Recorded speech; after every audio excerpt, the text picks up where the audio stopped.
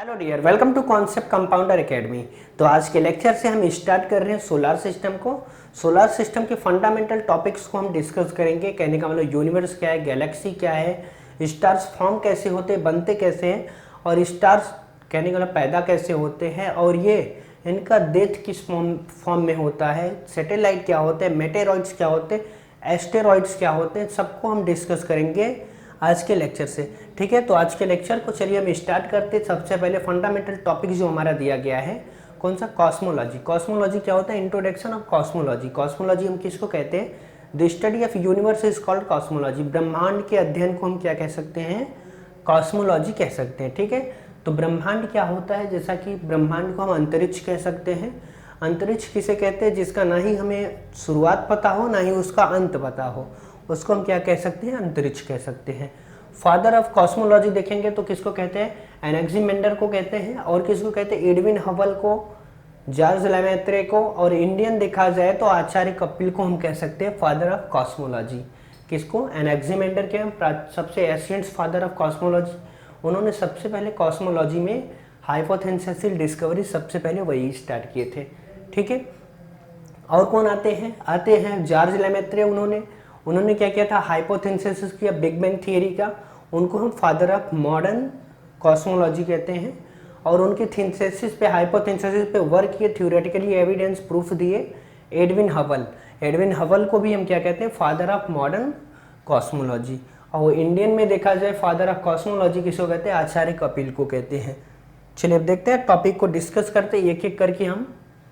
पहला टॉपिक हमारा दिया गया यूनिवर्स। यूनिवर्स क्या है, जैसा कि हमें पता है, यूनिवर्स देखेंगे according to George Lemaitre theory, big bang theory के अकॉर्डिंग देखेंगे 13.8 बिलियन ईयर एगो बताए तो ऐसा हाइपोथेसिस किए थे, ऐसा कि हमारा यूनिवर्स क्या था, एक छोटा सा बॉल था, जलता हुआ आग का गोला था, जिसमें इनफाइनाइट टेम्परेचर था, और क्या था, उसकी डेंसिटी इनफाइनाइट थी, वॉल्यूम उसका कम था, और वो एक्सपेंड किया जिससे इनफाइनाइट एनर्जी रिमूव हुई, रिलीज हुई, और क्या हुए, धीरे धीरे वो टेम्परेचर कैसा हुआ, लो होता गया। ठीक है, कौन बताया था, बिग बैंग थियरी में जॉर्ज लेमेत्रे ने हाइपोथेसिस किया था, और इसको एविडेंस के साथ प्रूफ किए थे कौन, एडविन हबल इसको क्या किए, प्रूफ किया एविडेंस के साथ। एडविन हबल क्या किया, इसको हम एविडेंस के साथ प्रूफ किए, किसको, जॉर्ज लेमेत्रे की हाइपोथेसिस को। चलिए अब देखते हैं यूनिवर्स किसको कहते हैं। The universe include everything that exist in space. कहने मतलब स्पेस में, अंतरिक्ष में जो कुछ भी है सब क्या है, ब्रह्मांड है। ठीक है, और क्या है, यूनिवर्स है। देखते हैं, it contains the Galaxy, stars, planets and dust and gas. कहने का मतलब इसमें क्या क्या कंटेंट है हमारे यूनिवर्स में, गैलेक्सी है, स्टार्स हैं, डस्ट है, और क्या है, गैसेस हैं। ठीक है, यही गैसेस जब जैसे पास बहुत ज़्यादा आती है, न्यूट्रॉन प्रोटॉन्स पास आती हैं, तो क्या फॉर्म होता है, पास आने से नेबुला फॉर्म होता है। नेबुला क्या होता है, नेबुला का डिटेल हम लोग डिस्कस करेंगे नेक्स्ट लेक्चर में, बट देखते हैं नेबुला क्या होता है। नेबुला क्या होता है, गैस होती है बहुत ज़्यादा, वो पास आती है तो डिस्क जैसा शेप हो जाता है, पास आएंगी तो क्या होगा, उसमें घर्षण होगा तो ये विस्फोट होगा, तो क्या फॉर्म होते हैं, वहाँ से स्टार बनते हैं नेबुला के पास आने से। नेबुला क्या है, गैस के क्लाउड्स हैं, गैस के बादल हैं। ठीक है, जिसमें क्या होती हैं, एनर्जी बहुत ज़्यादा होती है। इसमें हाइड्रोजन के पार्टिकल्स पास आते हैं, पास आने से हीलियम फॉर्म करते हैं, हीलियम में डिफ्यूज होते हैं हाइड्रोजन, तो क्या होता है, इनफाइनाइट एनर्जी रिलीज होती है।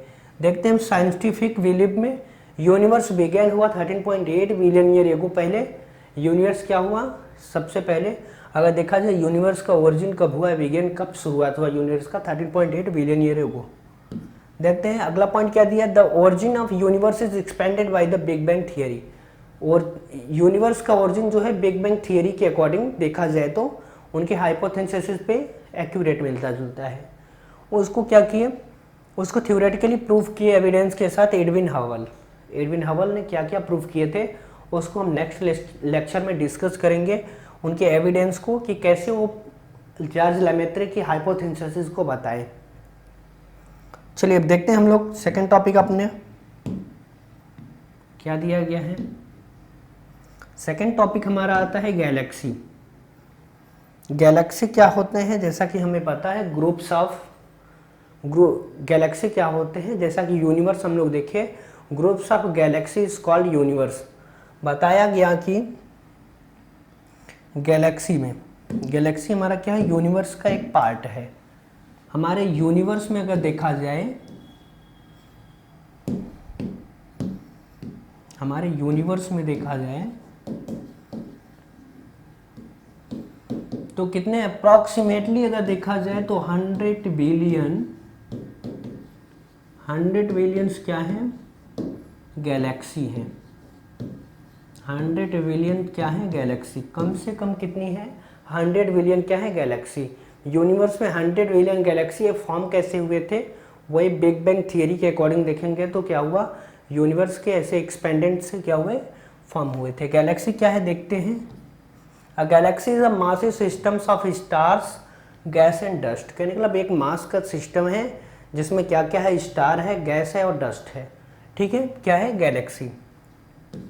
This objects are bounded together by gravity. इसमें सबके सब बाउंडेड टुगेदर है, एक दूसरे के साथ बाउंडेड है, किसके हेल्प से, ग्रेविटी के। ग्रेविटी क्या है, just like force of attraction.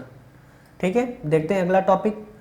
Our galaxy is called Milky Way. हमारा जो गैलेक्सी है उसको क्या कहते हैं, मिल्की वे कहते हैं। और टॉपिक क्या दिया गया, it contains the variants of stars. Galaxy में क्या है, जैसा कि अभी हम लोग देखें तो गैलेक्सी में क्या है, 100 billions of star, 100 billions of star. Sun के जैसे कितने सन हैं हमारी गैलेक्सी में, हमारे मिल्की वे में 100 बिलियन क्या है, सन के जैसे सन है। उनका क्या है, सोलर सिस्टम होगा। हमारे अर्थ के जैसे भी उनके अर्थ होंगे। ठीक है, तो गैलेक्सी क्या होता है, हम समझ लिए कि स्टार्स, डस्ट और गैसेस के ग्रुप्स को हम क्या कह सकते हैं, गैलेक्सी कह सकते हैं। ये एक दूसरे से बाउंडेड होते हैं, किसके हेल्प से, ग्रेविटी के हेल्प से। और एक गैलेक्सी में कम से कम देखा जाए तो 100 बिलियन क्या हो सकते हैं, स्टार्स हो सकते हैं। ठीक है, हमारे गैलेक्सी का क्या नाम है, मिल्की वे। और एक हमारे बगल में गैलेक्सी है उसको हम क्या कहते हैं, एंड्रोमेडा। कौन सी गैलेक्सी हमारे बगल की, पड़ोसी गैलेक्सी कौन सी है, एंड्रोमेडा। चलिए अब सेकंड टॉपिक को डिस्कस करते हैं।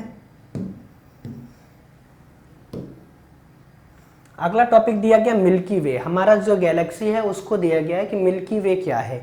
ठीक है, तो देखते हैं मिल्की वे क्या है। मिल्की वे क्या है, अब milky way is a spiral Galaxy.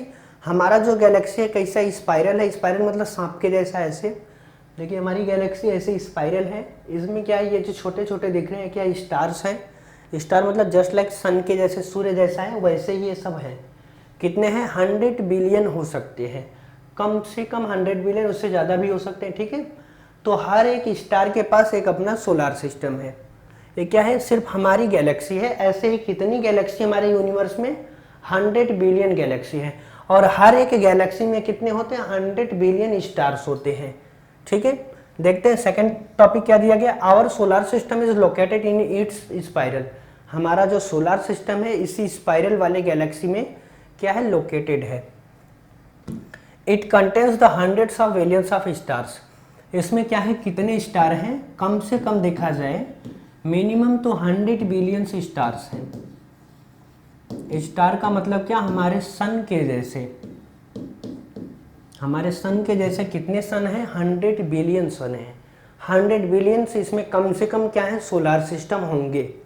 ठीक है, चलिए अब सेकंड टॉपिक को डिस्कस करते हैं। और हमारा मिल्की वे अगर देखेंगे तो दिखने में कैसा दिखता है, वाइट कलर का, इसीलिए इसका नॉमेनक्लेचर हुआ था मिल्की। वाइट कलर का दिखता है। ठीक है, ऐसा ही। चलिए अब अपने टॉपिक को डिस्कस करते हैं। अपने मिल्की वे के बाद आते हैं अपने सोलर सिस्टम पे। ठीक है, सोलर सिस्टम को देखते हैं। सोलर सिस्टम क्या होता है, सोलर सिस्टम का नॉमेनक्लेचर अपने सन से हुआ। सन का क्या है, सन जो हमारा है, हमारे सोलर सिस्टम में सन क्या है, सेंटर पे है, इसीलिए इसका नाम नॉमेनक्लेचर क्या हुआ, सोलर सिस्टम। ठीक है, सोलर सिस्टम में हम देखेंगे सन का, अगर देखेंगे ओनली सन का जो मास देखेंगे तो कितना है, 99.8% है हमारे सोलर सिस्टम में। कहने का हमारे पूरे सोलर सिस्टम में 99.8% सिर्फ सन का मास है, बाकी जो बचे 0.2% वो क्या है, पूरे प्लैनेट, सैटेलाइट, एस्टेरॉयड, मेटेरॉयड सबके इतने हैं, टोटल के मिला के इतने हैं, बाकी सन का देखें तो इतना है। इसीलिए सन की ग्रेविटी बहुत ज़्यादा है, इसीलिए सबको अपने साइड खींच के रखी है, इसीलिए सब उसके अराउंड क्या करते हैं, मूव करते सभी प्लैनेट्स। ठीक है, फर्स्ट टॉपिक क्या दिया गया सोलर सिस्टम का, the solar system consist of sun and object that orbits. बता रहा है कि इसमें क्या क्या है, सन है और उसके ऑर्बिट हैं और उसके क्या है, प्लैनेट्स हैं, उनके सैटेलाइट है, एस्टेरॉइड्स हैं, बहुत कुछ है। ठीक है,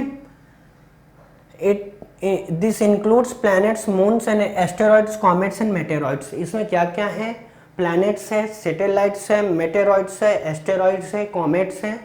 इन सबको हम डिटेल में नेक्स्ट लेक्चर में डिस्कस करेंगे कि होते क्या हैं, कहाँ पर हैं, हमारे सोलर सिस्टम में किस किस प्लैनेट के बीच में हैं।